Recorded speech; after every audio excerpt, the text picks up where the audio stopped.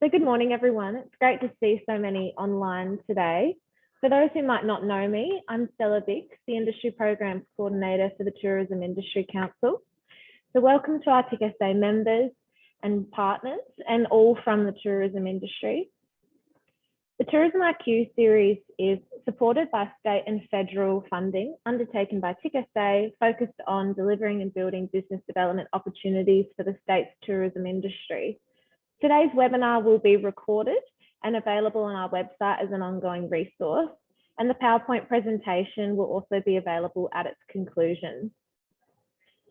I'll introduce our trainer in just a moment. However, I just have a couple of housekeeping matters to run through first.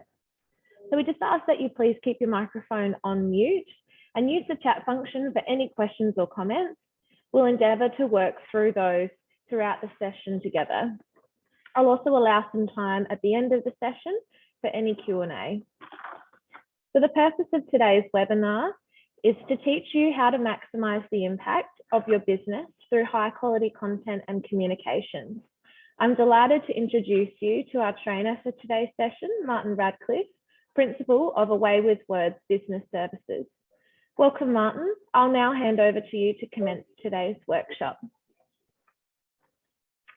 Thank you, Stella. Morning, everyone. I'm also quite honoured that so many people are online, so it's good to see some familiar names amongst you as well. Particularly honoured to see Tanya Jarman, my colleague from Adelaide Hills Tourism, just join. Hello, Tanya. I just saw your name pop up.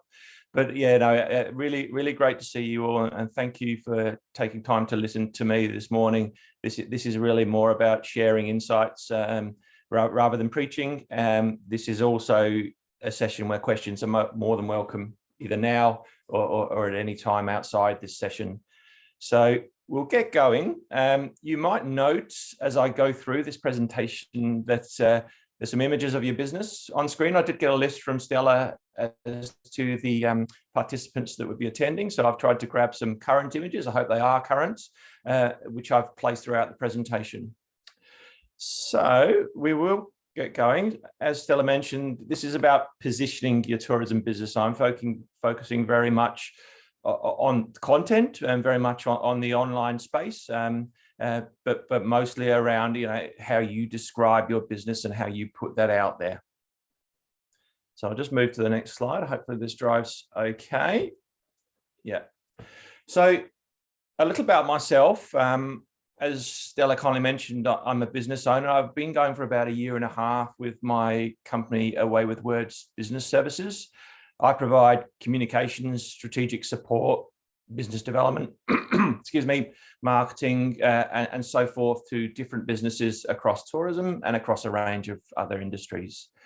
I'm also a regional tourism chair, so I was recently fortunate to be appointed chair of Adelaide Hills Tourism, and that's been about 6 weeks in this role. Previously, I'm a hotel general manager and destination marketer with the Adelaide Convention Bureau. So I have come across a lot of your businesses over the years as I've been promoting the state.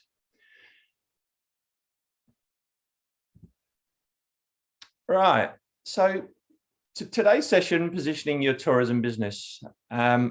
Tourism is a huge market. And as I said on the slide here, there's so many destinations, so many products and experiences from which the consumer can choose from. Everything from tours, resorts, venues, restaurants, wineries, lodges, hotels. The list is growing, and that shows that we're progressing as a state in terms of our product and our experiences.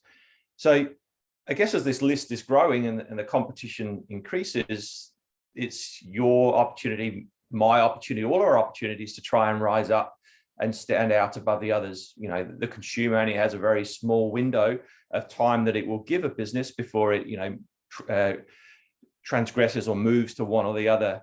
So what might separate you from the rest is a strong, clearly articulated positioning of your business.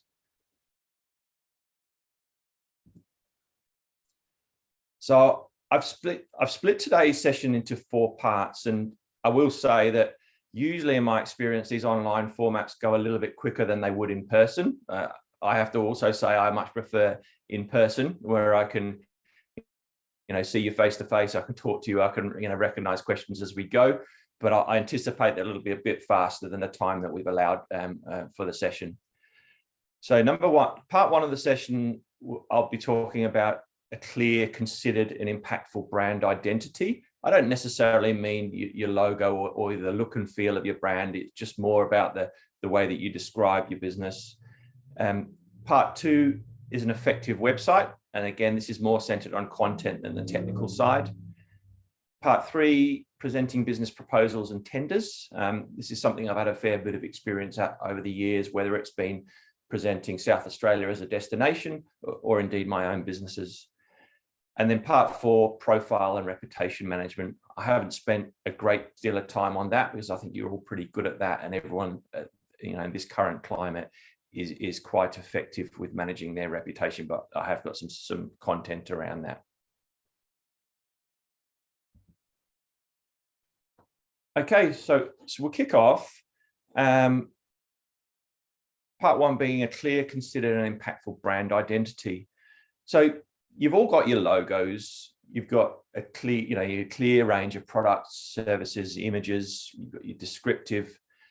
Just when combined together, it's always worth just taking a step back, as I often do with my business, and I did when I started my business a year ago. Is the content going to achieve what I need it to do? All right. So the objectives being create an emotional connection with your customers. That's what you're looking to do. Highlight clear points of difference, demonstrate a value, and embody the values of your business. So that's really what you're trying to get across in a very succinct manner as part of this.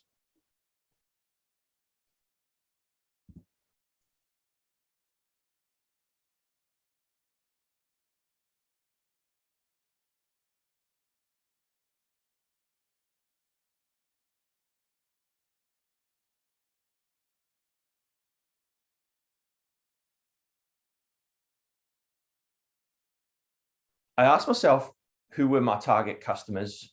And the target customers may not be those you've got at the moment. They may also be the customers that you want.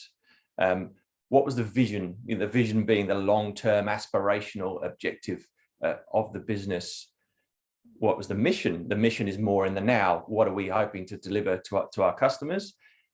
And then the values are just the sort of cultural cornerstones that you live and breathe as a business and that you want to come across to your customers. The second step